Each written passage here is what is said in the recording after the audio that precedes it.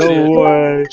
Oh my god! $242 million! Do you know how much money that is? C'était le 19 août 2024, un jour qui allait marquer l'histoire. Un groupe de jeunes adultes a orchestré l'un des plus grands vols de crypto-monnaies jamais enregistrés. Malone, qui a 20 ans, Janelle Serrano, 21 ans, Danish Khan et Shen, tous âgés de moins de 25 ans. Ils ont réussi un coup audacieux. Ils ont volé 230 millions de dollars en Bitcoin. Mais comment ces jeunes ont-ils réussi un tel exploit? Étaient-ils des génies de l'informatique? La réponse, c'est pas du tout. Leur arme secrète était bien plus simple. Ils ont manipulé la nature humaine. Tout a commencé par un simple coup de téléphone. Une voix amicale prétendant être du support de Google a contacté une victime. Mais cette voix appartenait en réalité à Wiz, un membre du groupe. Grâce à un numéro de téléphone falsifié, il a convaincu la victime que ses comptes personnels avaient été compromis ou bien piratés. Paniquée, la victime a partagé ses informations de sécurité. C'est ainsi que Wiz a accédé à son Gmail et à son iCloud. Le deuxième appel est venu de Janelle, surnommée Box, se faisant passer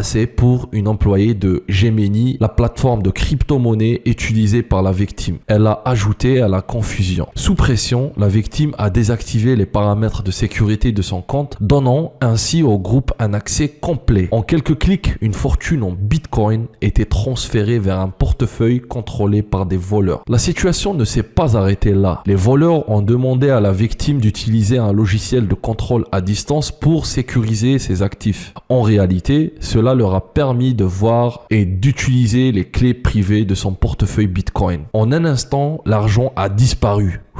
Le groupe, fier de leur exploit, a même enregistré une vidéo privée de leur réaction lorsqu'ils ont vu les 4064 bitcoins arriver dans leur portefeuille. No way. Oh my god! $242 million! Do you know how much money that is? Je dis bien 4064 bitcoins. La somme était énorme, plus de 230 millions de dollars. Mais comment des personnes si riches pouvaient-elles se faire piéger si facilement? Ces questions restent sans réponse vraiment. Entre parenthèses, dans le marché aujourd'hui, un bitcoin coûte presque 85 000 euros. Les voleurs savaient qu'ils devaient agir vite. En seulement 17 minutes, ils ont commencé à blanchir l'argent pour éviter d'être retrouvés. Les bitcoins ont été dévisés en petites sommes et transférés sur 15 plateformes différentes. Ils ont utilisé des tactiques sophistiquées comme les pill chains, échangeant des bitcoins contre d'autres crypto-monnaies comme le Litecoin et le Monero. Cette opération a duré plusieurs jours, rendant leurs traces presque impossibles à suivre. Finalement, tout l'argent volé était devenu propre et prêt à être dépensé. Les criminels n'ont pas perdu de temps pour profiter de leur richesse, laissant derrière eux un mystère qui continue de fasciner. Like the swap settings. Set custom recipient. No, bro, what the hell? Do 998. Alright, bro, you're so horrible. You can't. Bro, I'm clearly busy, Caleb. Planning a heist. La veille du braquage, le 18 août 2024, c'est tout récent. Le groupe planifiait déjà comment dépenser sa fortune de futur. Sur Telegram, il partageait des liens vers des vêtements de luxe des marques Louis Vuitton, Da Vinci et Philippe Plein. La plupart des membres préféraient rester discrets, évitant de trop attirer l'attention. Mais pas Malone Lamb. Lui, il voulait briller. Malone vivait à Los Angeles et dès qu'il mit la main sur l'argent volé, il se lança dans une vie de luxe extravagante. Tout ce qu'il avait rêvé en observant les riches était désormais à sa portée. Les boîtes de nuit devinrent sa seconde maison. Chaque soir, il réservait des espaces VIP, dépensant des sommes folles en bouteilles de champagne. Certains soirs, ces soirées coûtaient jusqu'à 265 000 $, voire plus d'un demi-million pour une seule nuit. Impossible de ne pas le remarquer dans ces clubs. Son nom était crié par les DJ et il était la star de la soirée. Malone se faisait remarquer par ses gestes flamboyants. Il offrait des boissons gratuites à tout le monde et dépensait sans compter. Un soir, il acheta une énorme bouteille de champagne doré de 6 litres, coûtant entre 25 000 et 60 000 $.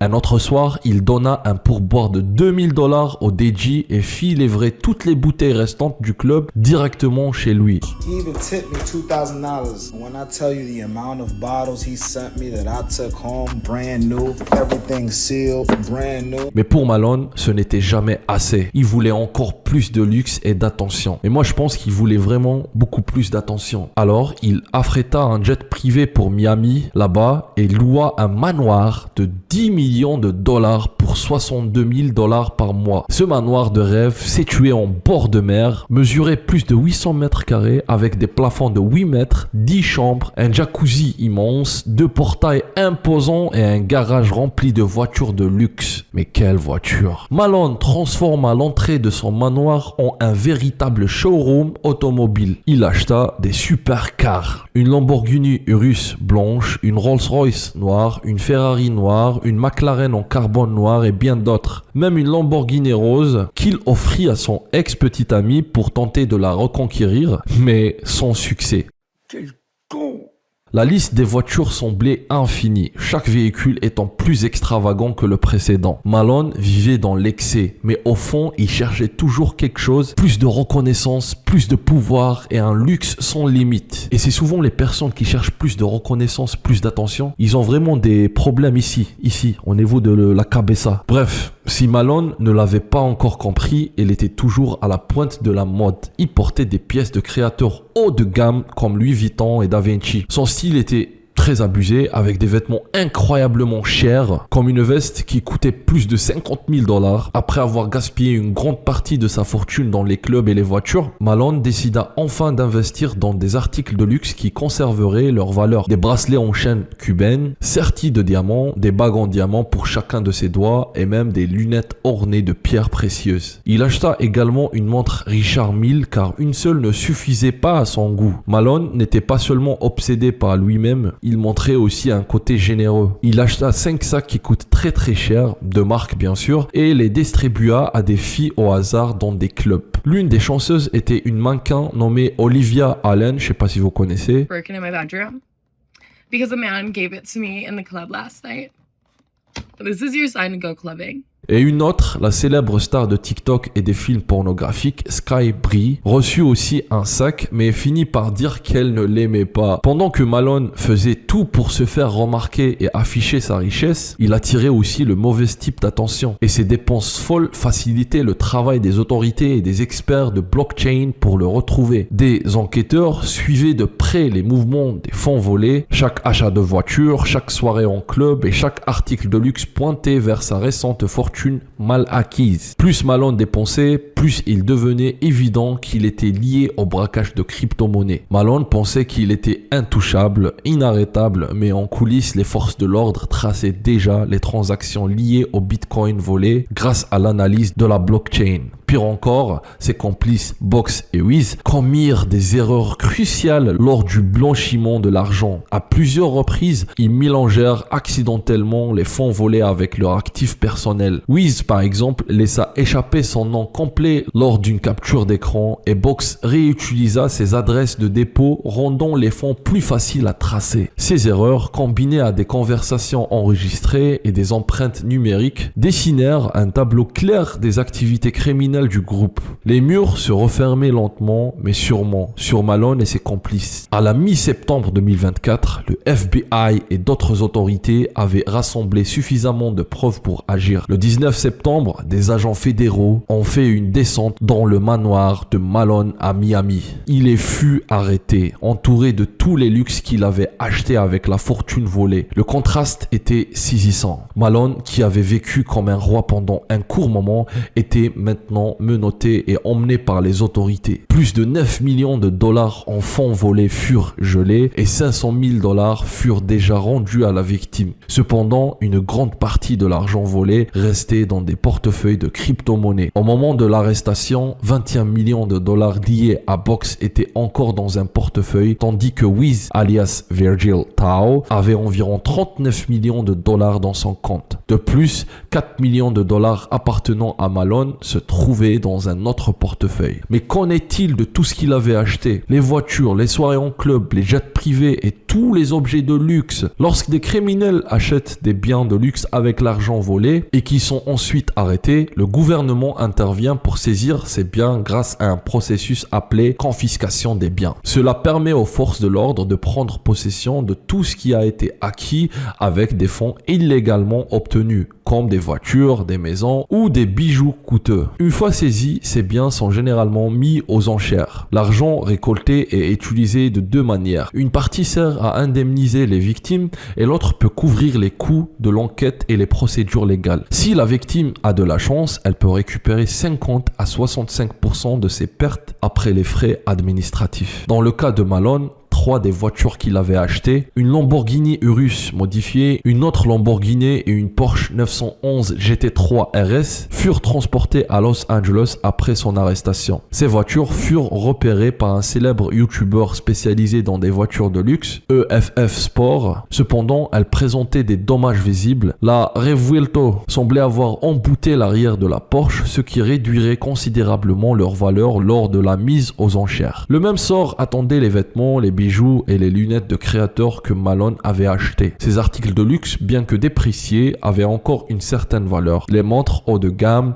comme ces pièces Richard Mille, pourraient rapporter des sommes importantes aux enchères, tandis que les vêtements de créateur, bien qu'en perte de valeur, pourraient également contribuer à récupérer des fonds pour des victimes. Ainsi, tout le faste et les excès de Malone étaient sur le point de disparaître, laissant derrière lui une histoire de richesse éphémère et de conséquences inévitables. En ce qui concerne l'argent dépensé dans les clubs, cette somme est pratiquement perdue. Quand on dépense un demi-million de dollars en une seule nuit pour des services de bouteilles et des sections VIP, il n'y a pas de retour possible. Surtout si les clubs n'avaient aucune idée que l'argent était volé. Il en va de même pour les jets privés. Ces compagnies aériennes ont fourni un service légitime, donc l'argent que Malone a dépensé pour ses vols est définitivement perdu. En conclusion, bien que la plupart des articles de luxe achetés par Malone puissent être saisis et mis aux enchères, une grande partie de l'argent qu'il a dépensé pour des services comme les clubs et les jets privés est irrécupérable. Cette histoire n'est pas seulement celle d'un énorme braquage ou d'un style de vie extravagant vécu brièvement par Malone, c'est aussi une leçon sur la cupidité, les dangers de se vanter d'une richesse non méritée et la rapidité avec laquelle tout peut s'effondrer. Malgré tout l'argent dépensé, des soirées de fête, les achats tapent à l'œil, la vie de rêve de Malone reposait sur des fonds volés. Ce n'était qu'une question de temps avant que tout s'écroule. Les autorités pourront peut-être récupérer une partie de l'argent volé, mais les dommages causés à la victime et les conséquences de la frénésie de dépenses de Malone restent un rappel de la facilité avec laquelle tout peut disparaître. Pour Malone et ses complices, ce qui avait commencé comme une folle aventure s'est terminé par des arrestations et leur nom lié à l'un des plus grands crimes de crypto-monnaie de l'histoire. Au final, cette affaire montre qu'importe l'intelligence du crime ou l'ampleur du butin, la loi finit toujours par rattraper les coupables. Le prix qu'ils ont payé a été bien plus élevé que le luxe éphémère qu'ils ont goûté. Et à la fin de cette vidéo, je vous remercie tous. Si vous êtes arrivés là, n'hésitez pas à activer la cloche parce que je vais essayer de partager chaque jour des vraies histoires de la vie quotidienne. Merci pour votre temps et s'il vous plaît, commentez, dites-moi en commentaire qu'est-ce que vous en pensez et si vous avez des critiques, vous êtes les bienvenus. Merci, à la prochaine.